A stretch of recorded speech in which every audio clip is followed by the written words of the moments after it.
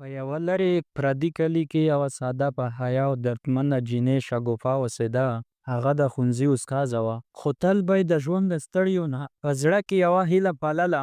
یوه ورځ به څوک پې کاشي زما درد احساس کړي.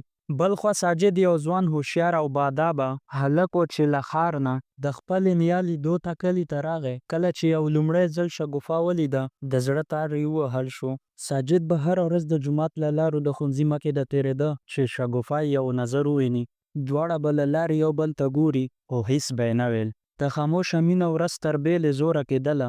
یوه ورځ ساجد د خپل زړه زور ونه شو زغملی. د خپلې انا له لارې شګوفې ته د نکاح وړه نزدیک وکړه.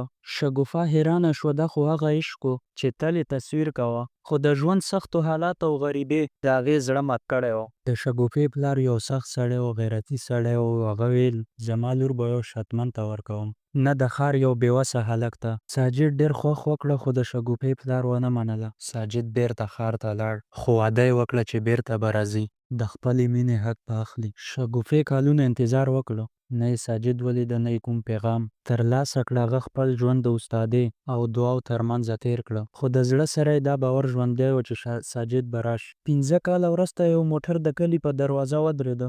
یو بیکاره سړی د ښار له خلکو نه موټر ښه کاتی شو. دا ساجد به اوس یو بریالی انجینر، خو د دماغ زړه د دماغي سترګو او غمینې سره هغه مستقیم د شپې کور ته لاړ.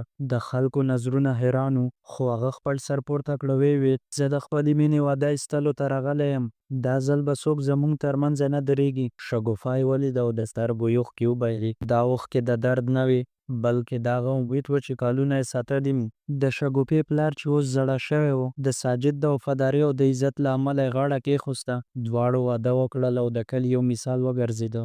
دا هغه عشق دی چې وخت او فیصلې هم ختمولی نه شول.